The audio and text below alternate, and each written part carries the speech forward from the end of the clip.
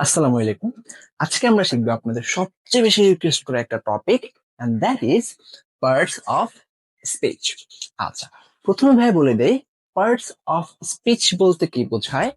Parts of speech বলতে বোঝায় হচ্ছে একটা সেন্টেন্সের যতগুলো পার্ট থাকবে প্রত্যেকটাকে আমরা আলাদা আলাদা ভাবে বলতে পারি পার্ট অফ স্পিচ। যেমন ভাইয়া বললাম, হি প্লেস ফুটবল। এইখানে টোটাল কয়টা ওয়ার্ড আছে ভাই? তিনটা ওয়ার্ড আছে। তাহলে ভাইয়া বলছি যতগুলো ওয়ার্ড থাকবে ততটা পার্ট অফ স্পিচ আছে। তাহলে ভাইকে বলেন তো এখানে কয়টা পার্ট অফ স্পিচ আছে? ভেরি গুড, তিনটা। আচ্ছা, এবার ভাইয়া যদি বলি আই প্লে ক্রিকেট, এখন ভাইকে বলেন তো এখানে ওয়ার্ড তিনটা আছে, তাহলে এখানে পার্ট অফ স্পিচ কয়টা ভাই? তিনটা। আচ্ছা, এখন আমরা দেখব ভাই এই পার্ট অফ স্পিচ কে আসলে কয় ভাগে ভাগ করা যায়। পার্ট অফ স্পিচ হচ্ছে ভাই মূলত 8 প্রকার। কি কি ভাই সেটা বোর্ডে লিখি। নাম্বার 1 হচ্ছে নাউন, দেন প্রোনাউন, এরপরে হচ্ছে adjective,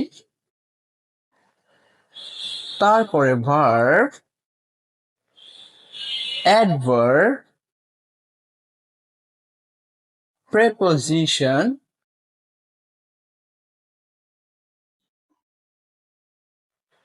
conjunction, and the final one is interjection. এখন ভাই প্রথমে একটা একটা করে এক্সপ্লেইন করি, বিস্তারিত আমরা পরে এক্সপ্লেইন করবো। প্রথমে হচ্ছে ভাই নাউন। নাউন বলতে শর্টকাট আমরা বুঝবো ভাই কোনো কিছুর নাম বুঝাইলে সেটাকে আমরা বলবো নাউন। যেমন ভাইয়া বললাম বিবিএ একটা প্ল্যাটফর্মের নাম, তাহলে এই বিবিএটাকে আমরা কি বলবো? নাউন। তারপরে ভাইয়া বললাম হচ্ছে রাব্বি, এটাকে কি বলবো? একটা নাউন। তারপরে ভাইয়া বললাম স্যামসাং একটা কোম্পানির নাম, কি বলবো? নাউন। এরপরে ভাইয়া আসি বিবি এর পরিবর্তে ভাইয়া বললাম ইট, তখন সেটাকে কি বলবো? প্রোনাউন। তারপরে মোবাইল ফোনের পরিবর্তে বললাম ইট, তখন সেটাকে কি বলবো? প্রোনাউন। স্যামসাং এর পরিবর্তে বললাম ইট, কি বলবো? প্রোনাউন। তারপরে ভাইয়া ইকরা, এই ইকরা রাব্বির পরিবর্তে ভাইয়া যদি বলি হি, সেটা কি বলবো? প্রোনাউন। তাহলে প্রোনাউনের কাজ কি? প্রোনাউন হচ্ছে ভাই নাউনের পরিবর্তে যেটা আমরা বসাই সেটাকেই বলবো প্রোনাউন। অর্থাৎ বারবার নাউন বসাইতে বসাইতে আমরা বিরক্ত হয়ে যাই, তখন আমরা কি করি?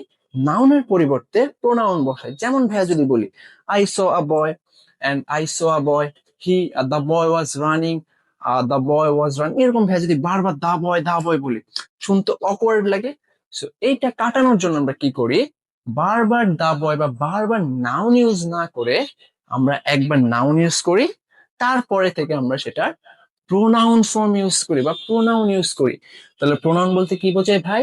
নাউনের পরিবর্তে আমরা যেটা ইউজ করব সেটাকে বলবো প্রোনাউন। তারপরে অ্যাডজেক্টিভ।